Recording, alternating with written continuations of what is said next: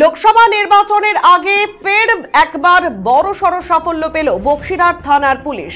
অসম বাংলা সীমানায় উদ্ধার হলো 23 লক্ষাধিক টাকার জাল নোট।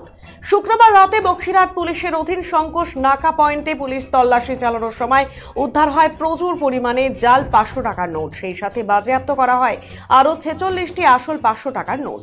এই ঘটনায় গ্রেপ্তার করা হয়েছে ছত্তিশগড়ের 2 যুবক সহ গাড়ি চালক অসমের বাসিন্দাকে।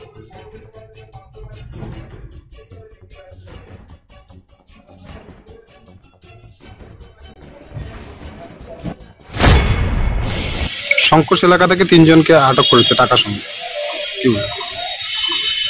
গতকাল সংকোষ নাকা চেকিং এ যখন অন্যান্য গাড়ির সমস্ত চেকিং চলছিল, এই নির্বাচনের মুহূর্তে তখন একটি গাড়ি সন্দেহ হওয়ায় নাকা চেকিং এ বক্সিরহাট থানার পুলিশ তারা ডিটেন করে একটি সুইফট ডিজায়ার গাড়ি। তাদের জিজ্ঞাসাবাদে তাদের কিছু অসঙ্গতি লক্ষ্য করলে তাদের গাড়ি তারা সার্চ করেন। তখন ওই গাড়িতে চালক সহ আরো 2 জন, মোট 3 জন, এদের কাছ থেকে এদের প্যাকেটে কিছু টাকা উদ্ধার হয়। কোথা থেকে আসছে এইগুলো এদের জিজ্ঞাসাবাদে এরা স্বীকার করেছে তারা এই আসামের দিক থেকে এরা বেঙ্গলে ঢুকেছে এবং এখন তদন্তকালে বেরিয়ে আসবে তারা কোথায় নিয়ে যাচ্ছিল।